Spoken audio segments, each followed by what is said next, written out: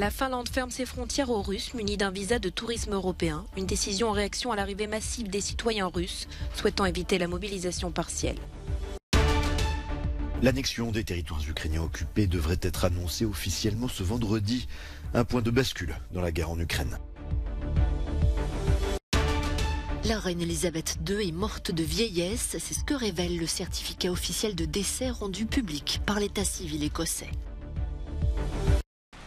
Ce jeudi, à partir de minuit, les citoyens russes munis d'un visa de tourisme européen de l'espace Schengen ne pourront plus se rendre en Finlande. Depuis la mobilisation partielle décrétée par Moscou la semaine dernière, Helsinki a enregistré une forte augmentation du nombre de Russes entrés sur son territoire. Son gouvernement s'est opposé aux référendums illégaux organisés en Ukraine et soupçonne qu'un acteur gouvernemental soit derrière les fuites des gazoducs Nord Stream en mer Baltique. La Finlande et la Russie partagent plus de 1300 km de frontières. Helsinki, dont la demande d'adhésion à l'OTAN est en attente, a renforcé son flanc est depuis le début de la guerre en Ukraine.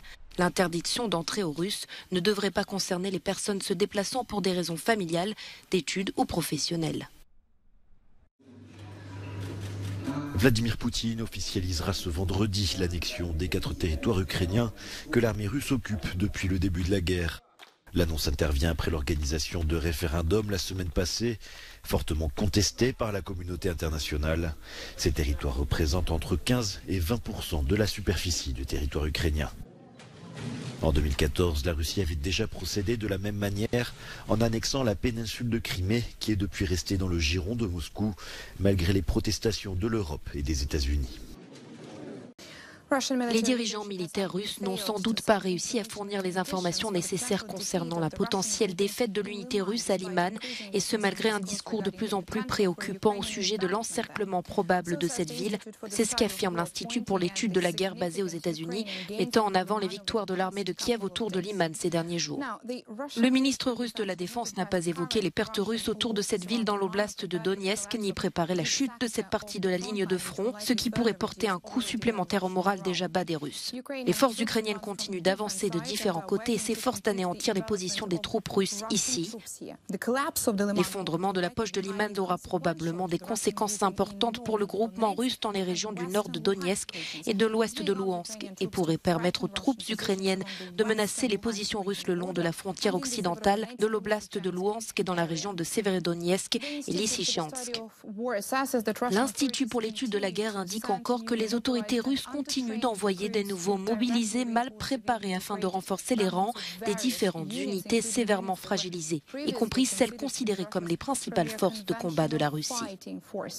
Le ministère britannique de la Défense, qui suit aussi de près les combats, estime qu'au cours des 7 jours qui ont suivi l'annonce par le président Vladimir Poutine de la mobilisation partielle, un exode considérable de Russes cherchant à échapper à l'appel a eu lieu. Bien qu'il n'existe pas de chiffres fiables connus, cet exode pourrait dépasser la taille de la force d'invasion totale déployée par la Russie en Ukraine en février dernier. Enfin, l'Institut pour l'étude de la guerre rapporte que les autorités russes ont commencé à restreindre le déplacement des citoyens russes présents dans ces régions frontalières afin d'arrêter la tentative de fuite de centaines de milliers de Russes vers d'autres pays. Un navire chargé de 1000 tonnes d'aide française à destination de l'Ukraine a quitté le port de Marseille ce mercredi. La cargaison d'une valeur de 10 millions d'euros est le plus important convoi d'aide humanitaire fourni par la France depuis le début du conflit, d'après le ministère de l'Intérieur. Son arrivée est prévue pour le 4 octobre au port de Constanta, en Roumanie. Ce navire qui est derrière moi va transporter du matériel roulant, donc des camions de pompiers, des camions d'incendie et de secours, également une ambulance qui a la particularité de transporter un matériel de radiologie ambulant qui permet de se déplacer à différents endroits. Et vous avez à l'intérieur des conteneurs des matériels médicaux, vous avez des médicaments, vous avez des denrées alimentaires, vous avez un ensemble de produits du quotidien qui malheureusement font cruellement défaut actuellement aux populations ukrainiennes. Présente à Marseille, la ministre des Affaires étrangères a réaffirmé le soutien de la France à l'Ukraine. Je le dis avec une certaine gravité, au moment où la Russie renouvelle sa rhétorique agressive, au moment où elle organise des simulacres de référendum qui signent son statut d'État paria, et au moment où des incidents inexpliqués ont lieu dans la mer Baltique, je le dis avec une certaine gravité, oui, nous aurons à maintenir notre engagement dans la durée. La chef de la diplomatie française avait rencontré ce mardi à Kiev le président Volodymyr Zelensky. Lors de cette visite, elle avait assuré que le soutien de Paris à l'Ukraine allait se renforcer, tant sur la fourniture d'équipements militaires que sur le plan humanitaire. Ce devait être une mobilisation pour le pouvoir d'achat, mais la question des retraites s'est invitée dans le débat. L'exécutif souhaite un report progressif de l'âge de départ à 65 ans. Hors de question pour les syndicats qui ont organisé 200 rassemblements dans toute la France ce jeudi. Plusieurs professions étaient représentées, soignants, enseignants, cheminots. Dans le cortège parisien, le chef de file des communistes n'en démord pas. Parlons-en projet contre projet. Les Français veulent être consultés par référendum.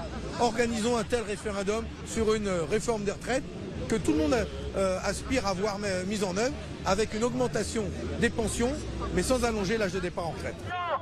Des concertations entre syndicats et gouvernements doivent se tenir la semaine prochaine. Les discussions promettent d'être tendues entre des salariés qui refusent de prendre leur retraite plus tard et un président de la République qui souhaite que cette réforme entre en application à l'été 2023. L'exécutif veut éviter d'avoir recours à l'article 49.3 de la Constitution qui engagerait la responsabilité du gouvernement sur ce texte, mais cette option reste possible. Et si le gouvernement était renversé, Emmanuel Macron a déjà annoncé qu'il engagerait une dissolution de l'Assemblée nationale, provoquant ainsi l'organisation de nouvelles élections législatives. Le procès de Félicien Kabouga devant le tribunal de l'AS est ouvert ce jeudi, 28 ans après le génocide qui a coûté la vie à plus de 800 000 personnes de la minorité Tutsi au Rwanda. L'ancien homme d'affaires est accusé d'avoir financé et fourni en armes les milices génocidaires Hutus du pays. Il est également jugé pour son rôle en tant que directeur de la radio-télévision libre des Mille Collines, un organe important de la propagande anti-Tutsi pendant le génocide. Les charges contre M. Kabouga reflètent son statut en tant que figure politique riche et influente. Pour participer au génocide, M. Kabouga n'a pas eu besoin de brandir un fusil ou une machette au détour d'une route. À la place, il a fourni des armes en masse et a facilité l'entraînement qui a permis à la milice des Interahamwe de les utiliser. Aperçu frêle et en fauteuil roulant lors de son audience préliminaire en août, l'homme de 87 ans ne s'est pas présenté au tribunal ce jeudi. Un choix stratégique pour le procureur en charge du dossier. Il a eu accès à tous les soins médicaux dont il pouvait avoir besoin et a été considéré comme apte à être jugé. Donc le procès a pu commencer. Évidemment, le temps presse, donc nous espérons que le procès pourra se dérouler aussi vite que possible. Félicien Kabouga est le dernier suspect principal du génocide rwandais à être traduit en justice.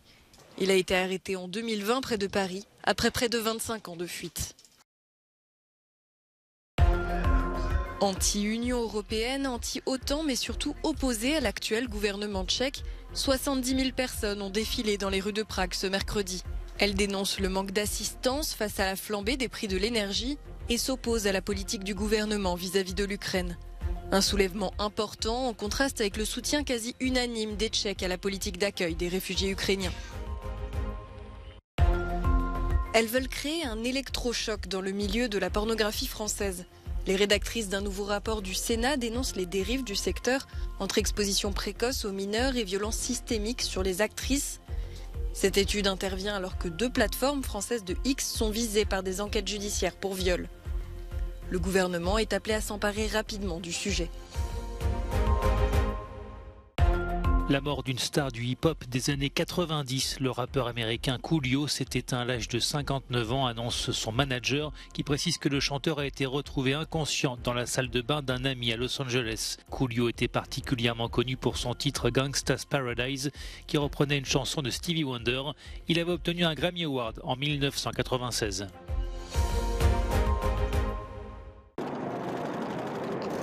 La reine Elisabeth II est morte de vieillesse. C'est ce que révèle le certificat de décès officiel de l'ancienne souveraine britannique rendu public jeudi par les Archives nationales d'Écosse. On peut y lire qu'Elisabeth II s'est éteinte à 15h10 le 8 septembre dernier à l'âge de 96 ans. Après 70 ans de règne, la monarque est décédée dans son château de Balmoral en Écosse, entourée de ses proches. Ce certificat a été signé par la princesse Anne, la fille d'Elisabeth II, qui l'a accompagnée pendant ces dernières heures. Après 10 jours de deuil et de nombreux hommages, la reine d'Angleterre a été inhumée le 19 septembre dernier au château de Windsor.